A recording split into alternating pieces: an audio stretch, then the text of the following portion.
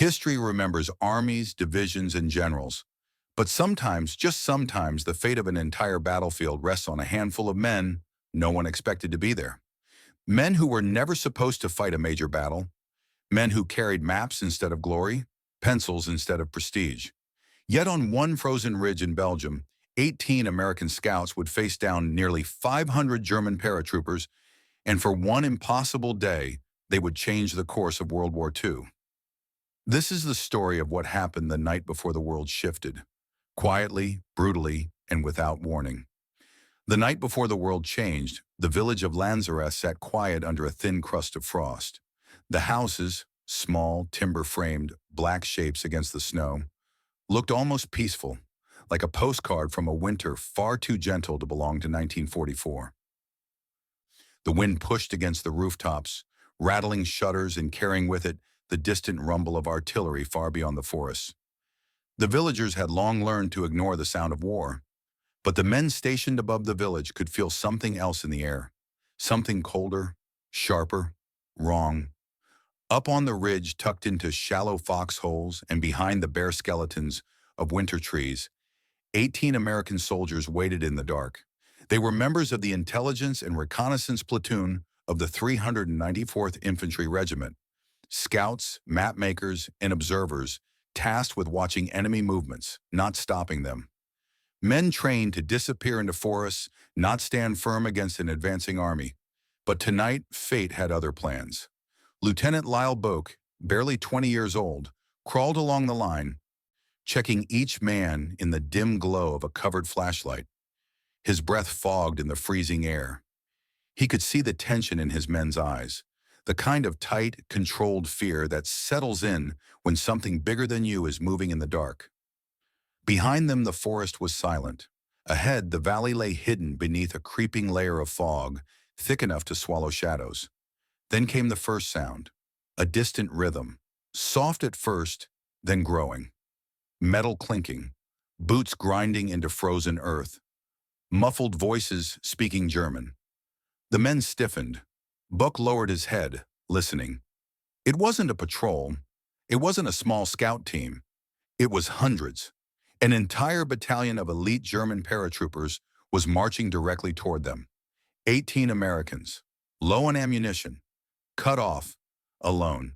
And by morning, the fate of a battle, the fate of the Bulge itself, would rest on their shoulders. Their leader, Lieutenant Lyle Boak, barely 20 years old, moved between his men with a controlled calm that did not match the fear knotting in his stomach. He was the youngest platoon leader in the entire division, but responsibility had aged him quickly. He studied the forest again and again, scanning for movement, listening for the unnatural absence of birds. Something was coming. His men sensed it too. Private Sam Jenkins tried to lighten the mood with a joke, but his voice cracked halfway through. Sergeant Slape checked his rifle for the 5th time. Private First Class Bill Sakanikas scribbled rough sketches of the terrain, though he already knew every rise and bend by heart. They felt the ground beneath them vibrating in tiny pulses, almost too faint to notice at first, but unmistakable as minutes passed. And then, out of the fog came the metallic clatter of equipment, boots digging into frozen earth, muffled orders barked in German. One soldier swore he heard hundreds of voices, but no one expected this many. At 5:30 a.m., the fog thickened like smoke, and columns of dark shapes emerged at the tree line across the valley. Hundreds, more than the Americans could count. Paratroopers, battle-tested, fast-moving, elite, moving with cold efficiency through the snowy brush. And at their center marched a battalion commander with ruthless urgency. These were men who had crushed defenses across Europe. Men who intended to force their way into Belgium as part of Hitler's last gamble, the Ardennes offensive. But as they marched up the road toward Lanzerath, they were unaware of one crucial detail. Their path, this narrow road, this tiny ridge, was blocked by just 18 Americans, and those 18 were not going to move. Book didn't hesitate. The moment the Germans closed the distance, he gave the order. Every man set into motion, rifles pressed to shoulders, machine guns positioned between trees, grenades lined in the snow like offerings. Private Khalil steadied the .50 caliber machine gun, its barrel frosted from the cold. Trees shook as German boots crunched closer, their voices rising confidently, almost impatiently. They expected no resistance here. They had been told this sector was lightly defended, almost empty. Book whispered a final instruction. Hold until they're close. Every shot has to count. The soldiers nodded. At 8:01 a.m., the Germans stepped into range, and the woods erupted. A single shot cracked across the valley, a clean, controlled burst that struck the lead German officer squarely. His body collapsed into the snow, and for a fraction of a second, the entire battalion froze in disbelief. Then another burst, and another. The Americans opened fire with everything they had, tearing into the German column with brutal precision. Paratroopers dove for cover, scrambling behind trees, rocks, and drifts of snow. The shock was total. Confusion rippled through their ranks. Officers screamed orders to regroup. These weren't the machine gun nests or fortified bunkers they'd expected. This was a ghostly line of invisible rifles firing from the woods above them. Each shot deliberate, controlled, deadly. The Germans tried to flank left, pushing into the trees, but the Americans had anticipated the move. They cut them down before they could climb the ridge. Every time the Germans tried to stand, a bullet dropped another man. Every squad that broke into the open was thrown back. The INR platoon fired carefully, moving between positions to make their numbers seem larger. 18 men, fighting like an entire company. Book crawled through the snow, coordinating fire, directing his men with whispered signals. He felt the sting of numbing cold on his cheeks, the recoil jolting through his bones. He heard the Germans shouting orders, frantic, disbelieving, angry. "They think we're a full battalion," one of his men muttered. "Let's not correct them," Buck answered. Hours passed. The Germans regrouped. They brought up heavier weapons, machine guns, mortars. Mortar rounds began falling into the treetops, exploding branches into showers of splinters. The ridge trembled under continuous bombardment. The Americans hunkered low, shielding their heads, feeling bark and ice tearing into their uniforms. Private Pearsall felt a burning sting in his leg where shrapnel sliced through. He gritted his teeth, crawled back to his rifle, and kept firing. At noon, the Germans charged again. This time, they moved with greater coordination, spreading wide across the valley floor, hoping to overwhelm the ridge by sheer numbers. Hundreds of them advanced through snow thick enough to slow their steps. Their officers shouted in unison, urging them onward. But the Americans kept firing. Private Khalil's .50 caliber barked thunder into the valley, sending rounds tearing through helmets. The barrel glowed faintly red despite the cold. He swapped barrels, reloaded, and kept going. The Germans faltered, fell, regrouped, and fell again. At one point, a German medic waved a white cloth, pleading to rescue the wounded. Buch allowed it. War had rules, even in hell. But the medic's brief truce only emphasized the sheer number of men lying in the snow. "Sir," Jenkins whispered, voice trembling, "how long do we hold?" "Until someone orders us otherwise," Buck murmured, "or until we run out of bullets." And bullets were running low. By mid-afternoon, ammo boxes were nearly empty. Machine gun belts ran out. Men stripped magazines from the dead, from their own packs, from anything they could reach. Their fingers were numb. Their hands shook uncontrollably from cold and adrenaline. Still, they held the line. Then, for the first time all day, the Germans tried something different. A squad crawled through a ditch on the far right, inching forward with agonizing patience, using dead comrades as cover. Buck saw it too late. The Germans burst upward, firing wildly, forcing the Americans to roll back behind trees. Gunfire snapped inches from their heads. Jenkins was hit, twice in the shoulder, but kept fighting. Sakanikas dragged him into cover, binding his wound quickly before returning to the fight. The Germans climbed halfway up the ridge. Buch realized the danger instantly. If the Germans broke through even a single point, the platoon would be overrun. With no other choice, Buch ordered his men to fall back deeper into the trees. The Germans thought the retreat meant collapse. They charged the ridge, only to walk straight into a new line of American fire. Buch had prepared a second defensive position earlier, just in case. It saved them. Again. But they were completely out of heavy ammo now. Only rifles remained. and fewer than 100 rounds among all of them. Dusk approached slowly, the winter sun sinking behind the pines. Snowflakes drifted down, carried by the breath of dying wind. For a moment, the battlefield fell quiet. Smoke settled in the valley. German voices were now farther back. Whispers, not commands.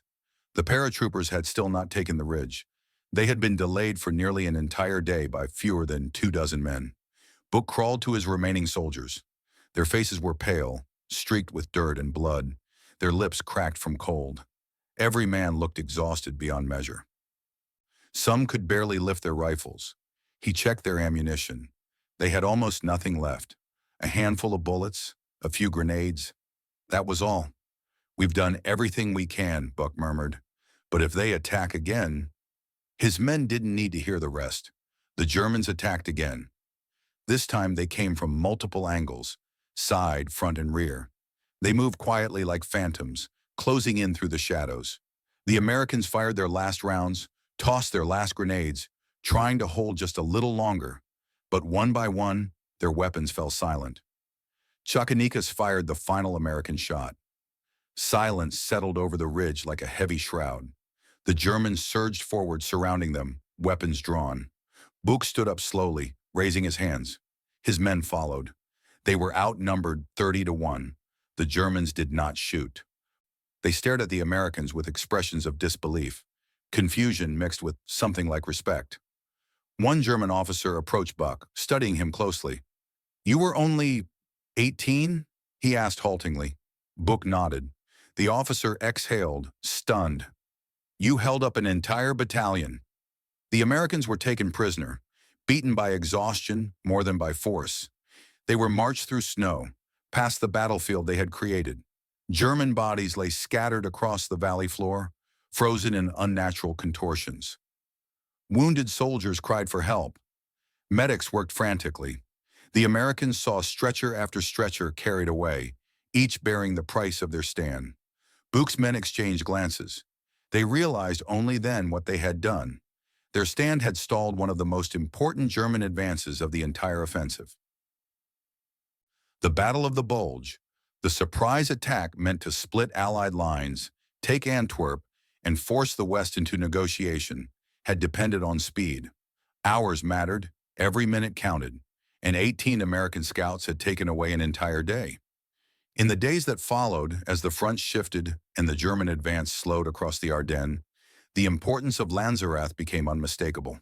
While their own capture meant they could not witness the full consequence, historians later noted that their defense had delayed the 6th Panzer Army long enough for American and British forces to regroup. Their stand saved countless lives, but recognition did not come quickly. When Buch and his men returned from captivity, few understood the magnitude of their achievement. Reports had been lost, confused, buried in chaos. Their platoon was officially listed as missing during the initial battle, and bureaucratic oversight swallowed the details. Years passed, then decades. Some of the men lived quiet lives, raising families, working ordinary jobs, carrying memories of a ridge in Belgium where they had faced impossible odds. Some dealt with scars that never fully healed. Others tried to forget but never succeeded. It wasn't until the late 1970s, more than 30 years after the war, that military researchers uncovered just how critical the platoon stand had been. Eyewitness accounts, German records, and battlefield reports all pointed to the same conclusion. The INR platoon had carried out one of the most heroic small unit actions in American military history. Recognition finally came. Buch and his men received the Presidential Unit Citation, America's highest award for collective heroism in battle. Many received individual medals, including the Distinguished Service Cross, Silver Star, and Bronze Star. General Eisenhower himself would later acknowledge their action as one of the most extraordinary defenses of the war. None of the men saw themselves as heroes. In the quiet years that followed, they did not speak of glory or victory.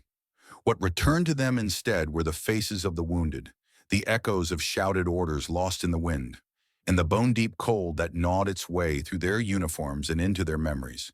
They remembered the moments when they thought the ridge would be their grave, when each passing minute felt borrowed, when the snow around them was stained by the price of holding the line. They remembered how impossibly young they had been. Boys carrying rifles too heavy for their shaking hands. Boys who had been trained to watch the enemy, but found themselves fighting an army instead. They remembered the weight of responsibility no 20-year-old should ever have to bear, the uncertainty in every command, and the endless hours of a single day that felt like a lifetime. But above all, they remembered staying together. 18 men who refused to break, even when the world seemed determined to crush them. 18 men who fought until their rifles fell silent, until their ammunition was gone, until there was nothing left but courage and stubborn defiance. 18 men who stood in the path of a force hundreds of times their size and didn't move. On that frozen ridge above Lanzerath, surrounded by fog, snow, and the roar of war closing in around them, they made history. Not because a general told them to, not because anyone promised recognition, but because someone had to hold the line, and no one else was there. Most battles are remembered for the thousands who fought them, but sometimes history turns on the courage of just a few, and the world still echoes with what 18 men chose to do on one forgotten ridge.